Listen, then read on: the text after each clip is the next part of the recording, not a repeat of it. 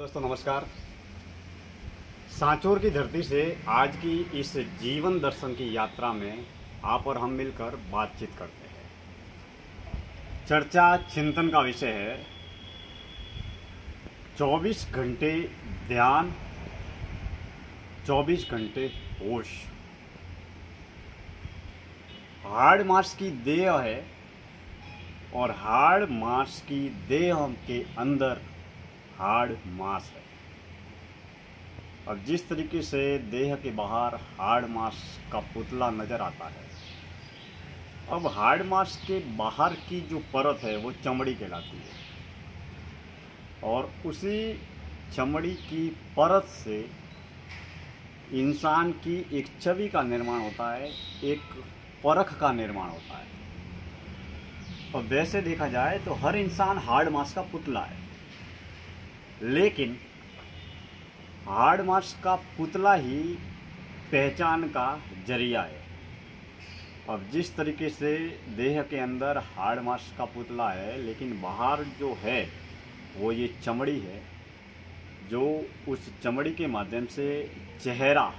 जिस तरीके का बना हुआ है उसके जरिए इंसान को हम पहचान पाते हैं। अब देह के जरिए हम जो कर्म करते हैं उसके जरिए व्यक्ति के व्यक्तित्व की पहचान होती है और जिस तरीके का देह का निर्माण होता है उससे एक छवि का निर्माण होता है।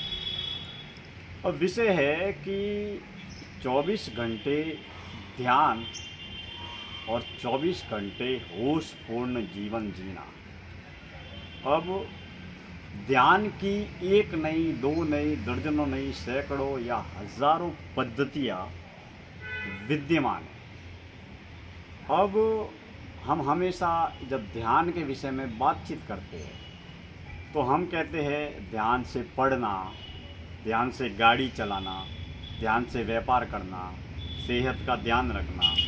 स्वास्थ्य का ध्यान रखना। ध्यान अर्थात हम जो काम कर रहे हैं वो मन, बुद्धि, दिल, दिमाग, विचार यानी कि संपूर्ण ऊर्जा शक्ति से पूर्ण रूप से होश, सजग, सतर्क और सावधानी पूर्वक कार्य करना ही ध्यान है। अब ध्यान के विषय में बहुत सारे लोग कहते हैं कि हम पालती मारकर बैठ जाए, कमर सीधी रखे, आंखें बंद करके बैठ जाए। यह भी एक ध्यान की विधा है, लेकिन जब हम 24 घंटे जो भी काम कर रहे हैं, चल रहे हैं, बोल रहे हैं, व्यापार का काम कर रहे हैं, पढ़ाई कर रहे हैं, घरेलू कार्य कर रहे हैं, पारिवारिक कार्य कर रहे हैं, लोगों से मिल रहे हैं, तो जब भी जो भी काम कर रहे हैं हम उस वक्त अपने मन, बुद्धि, विचार, दिल, दिमाग, कर्म, देह, विचार, विकार के एक चौकीदार बनकर, एक पहरेदार बनकर हम जिससे मिल रहे हैं, जो पंच इंद्रियों के द्वारा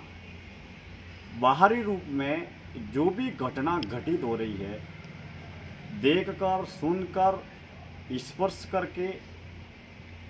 नाक के माध्यम से सूंघकर या चमड़ी के माध्यम से स्पर्श करके जितनी भी पंच इंद्रिय जनित ज्ञान है उसके अनुरूप हम पूर्ण रूप से सजग और सतर्क रहे।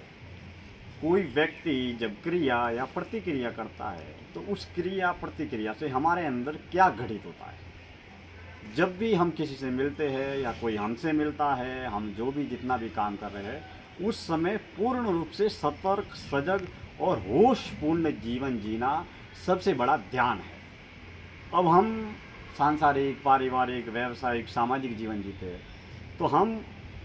सुबह या शाम घंटे 2 घंटे ध्यान में बैठ सकते हैं, लेकिन जब हम ध्यान को ही जीवन को जीने का जरिया बना लेते हैं या जब भी जो भी कार्य करते हैं पूर्ण रूप से मन में क्या घटित हो रहा है, मन क्या सोच रहा है, क्या विचार कर रहा है, बुद्धि क्या सोच रही है, दिल दिमाग में क्या घटित हो रहा है, देह में किस तरीके की क्रिया प्रतिक्रिया हो रही है, वेदना, संवेदना, जब कोई व्यक्ति हमारे पास में आता है और हमारी तारीफ करता है, सराहना करता है, प्रशंसा करता है, तो हमारे मन बुद्धि विचार में